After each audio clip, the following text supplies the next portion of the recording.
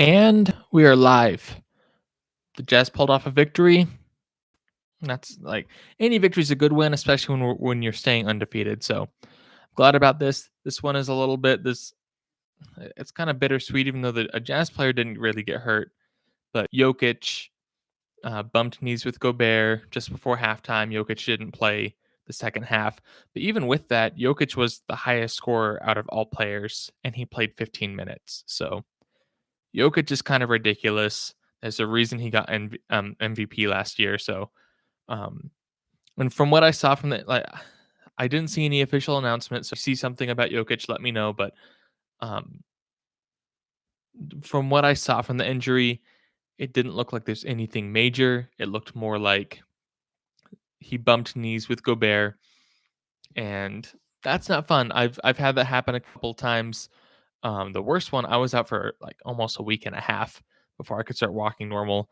I would imagine Jokic, he was taking better care of himself than I was when I was a dirt poor college student. Now I'm a slightly less dirt poor college student, but um, and he has a team of professional doctors, so I'm not expecting him to be out very long, but that's not impacting the Jazz too much. This is a Jazz focused channel that's hop back onto the Jazz, but good job for Jokic and the time that he did play in this. Hope he gets back because the Nuggets are already facing a pretty tough injury. Um, yeah, and I know I announced that Nate was going to take care of this one. He's still not feeling well. We're hoping that he's going to take Thursday, but we'll see. And like we don't need to rush him back. I can feel for him if he's still not feeling well, and that on top of college is tough. It's tough to manage a lot of stuff sometimes. But jumping into the game, I'll do my normal routine: team stats, box score, talk about any thoughts I had, and then if you have stuff in the chat, I'll go through that. If not, then we'll end the stream right there. Um, But for the team stats, some things that I've been like I brought up last time after the Kings game that I've been noticing some trends with the Jazz. Uh, Field goal percentage was low for the first two games, and I know we're 3 games in. I might be overreacting.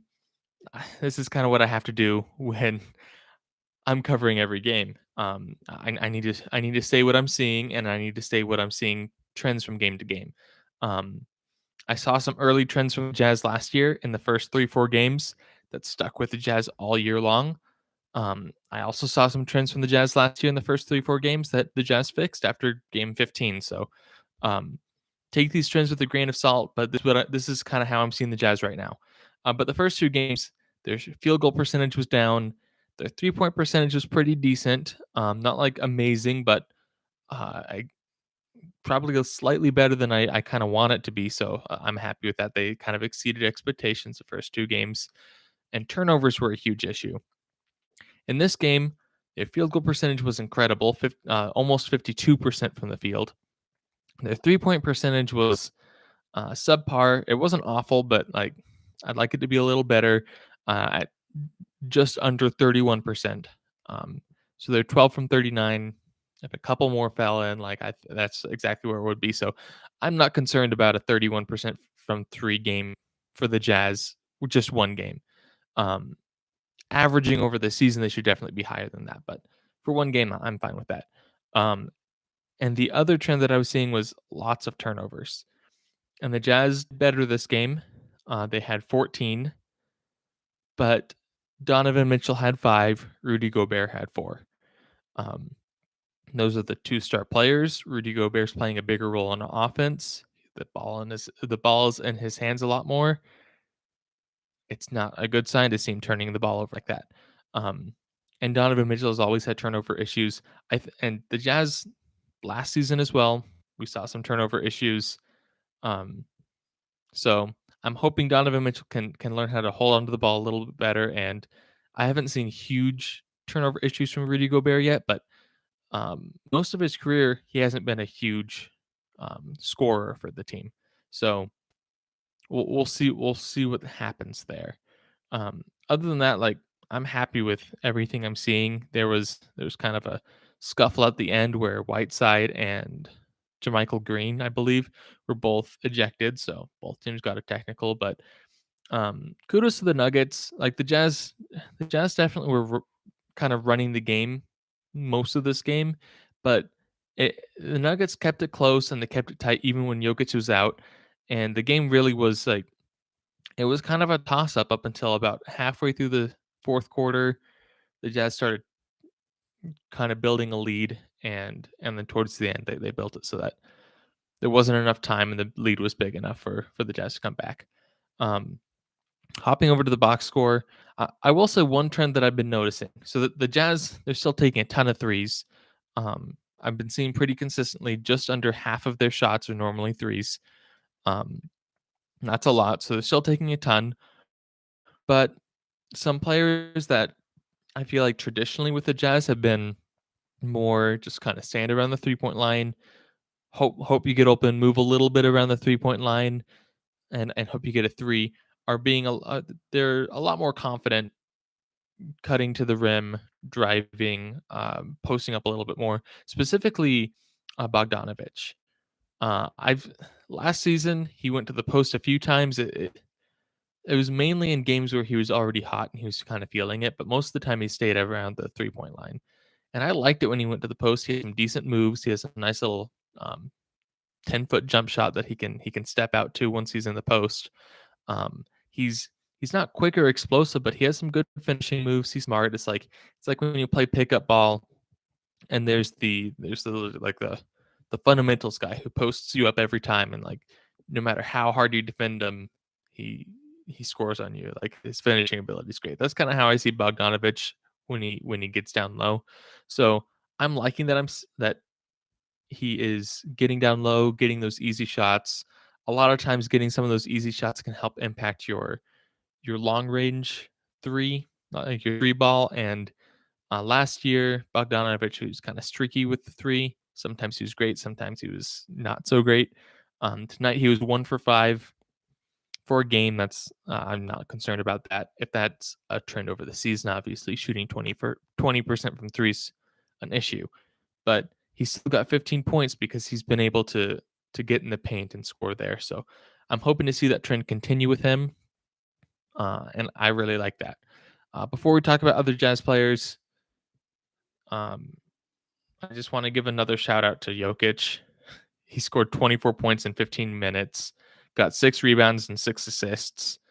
Um, that's insane. He was more productive than any other player on his team, and most in assists and scoring, and he played 15 minutes. Um, so yeah, he's insane.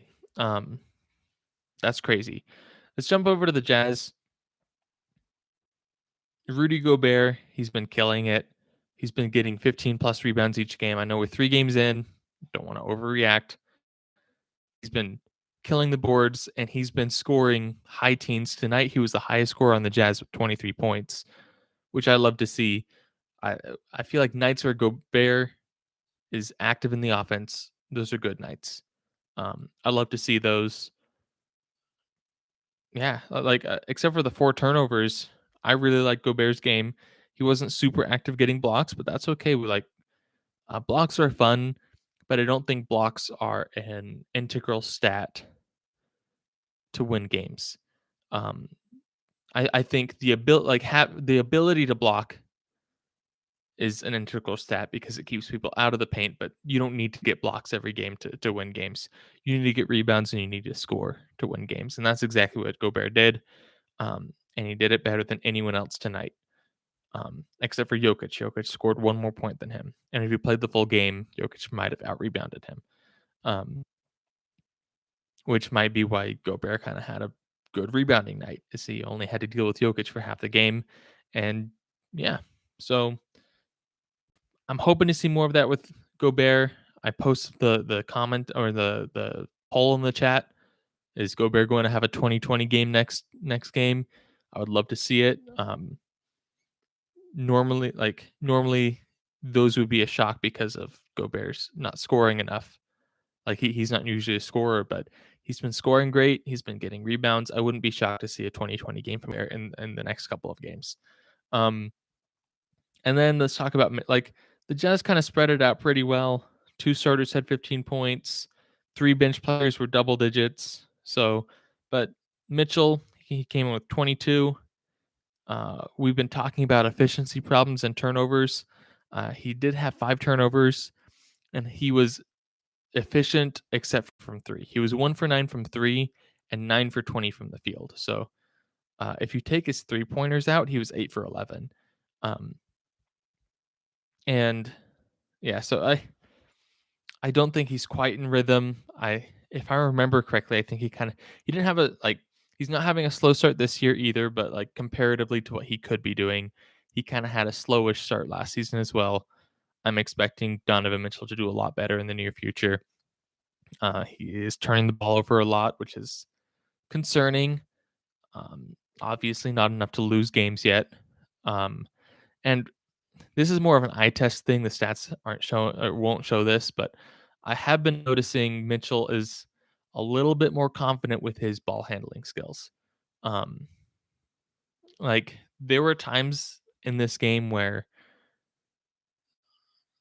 um, like it, this might be an overstatement, and but he reminded me a little bit of Steph Curry right when Steph was starting to break out. Um, specifically with his ball handling. Obviously not a 1 for 9 from three shooting night. It wasn't his shooting, but his ball handling where they're like when Steph started like people started realizing he's a legit best point guard in the league.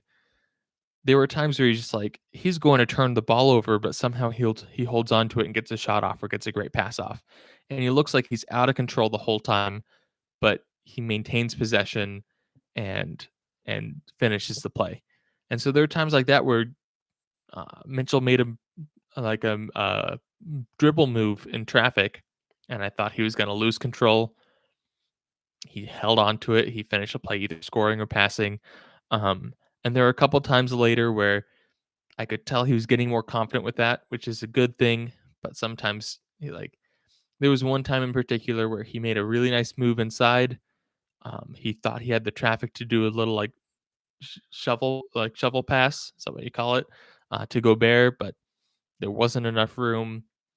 He does need to realize that when he drives into the paint, the defense collapses on him, and there's not room to do passes like that in the paint. You have to pass out of the paint to get the ball out of there or score with when the defense is collapsed.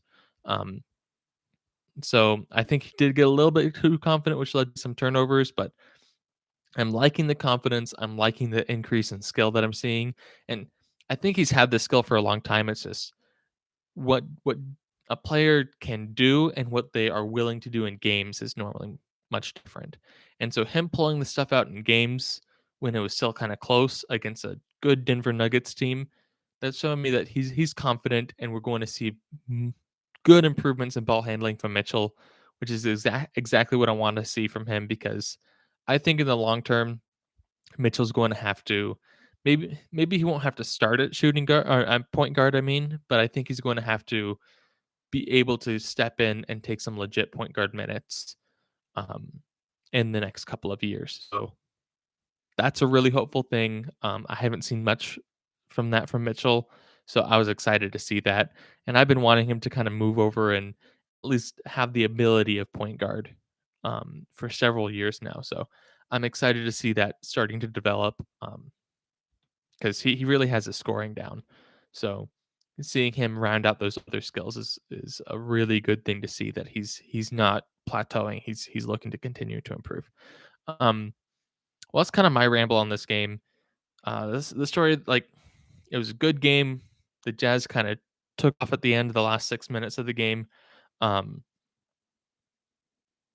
but yeah, that was and it was tough because Jokic was out. I don't know what would have happened if Jokic stayed in. He was killing it when he was in, but the Jazz were even when he was in. I felt like the Jazz kind of had control over the game.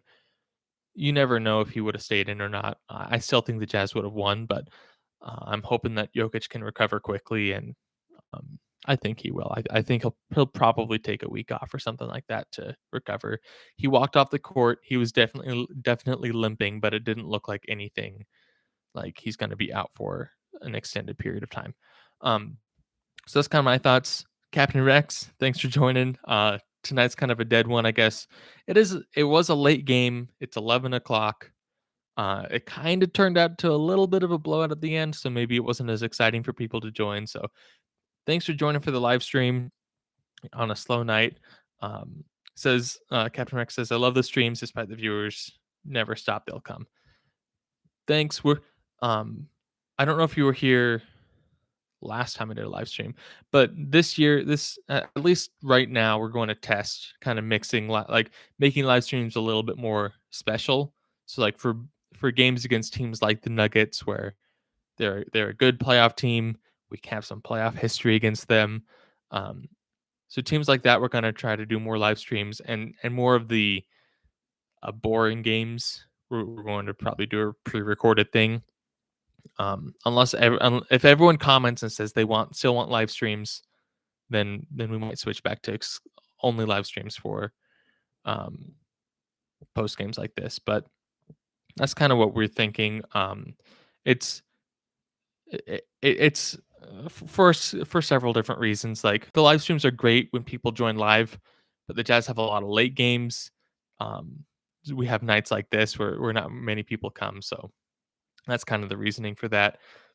As well as it makes it easier for us to live streams are great for YouTube, and I love them for YouTube, but we have other channels that we post our content to, and it makes it difficult to post that our live stream onto other channels because it's not as interactive, it's not as fun watching a live stream afterwards. Um, so that's kind of why we're doing that to include those audiences as well. Um, but if people keep showing up for live streams and we get great audiences and we get overwhelming support in the comments, we'll probably start leaning towards more live streams. We're definitely not giving them up though. So I just want to make that clear that don't expect one every game unless we start seeing a lot of love for them. But that being said, and I know someone's going to ask, so I'm just going to bring this up. Um, if you're here for the Jazz, this is not a Jazz thing. This is more of a channel thing. But I know last time I did a live stream, someone brought up my beard. The beard is gone. I have a mustache. The mustache will probably be gone tomorrow evening. So it's kind of a one-time thing. I got talked into doing a Halloween costume, and it wouldn't have made sense if I didn't have the mustache. So if you're more curious about that story, ask in the comments. I can tell it there. I don't want to take too much time here, but thanks for joining everyone who came. I know it was kind of a slow night, late game, but hopefully people can come and watch after the stream is done. And let me know what your thoughts are on tonight's game. I think it was a pretty straightforward game. I think there were some things that we could learn about the Jazz from it, but also I'm looking forward to the next few games. On Saturday, I talked about the Jazz schedule, how next game's kind of a pushover game, but we get the Bulls and the Bucks coming up soon, and those should be really fun games. So I'm excited for those. Make sure to tune in for our live streams or just post game videos for that. And with that, I'll wrap it up. Thanks for joining everyone who joined, and make sure to tune in on Thursday. I'm not sure if it'll be live or pre-recorded, but we'll get a video out that night. So thanks for joining us, and have a good night.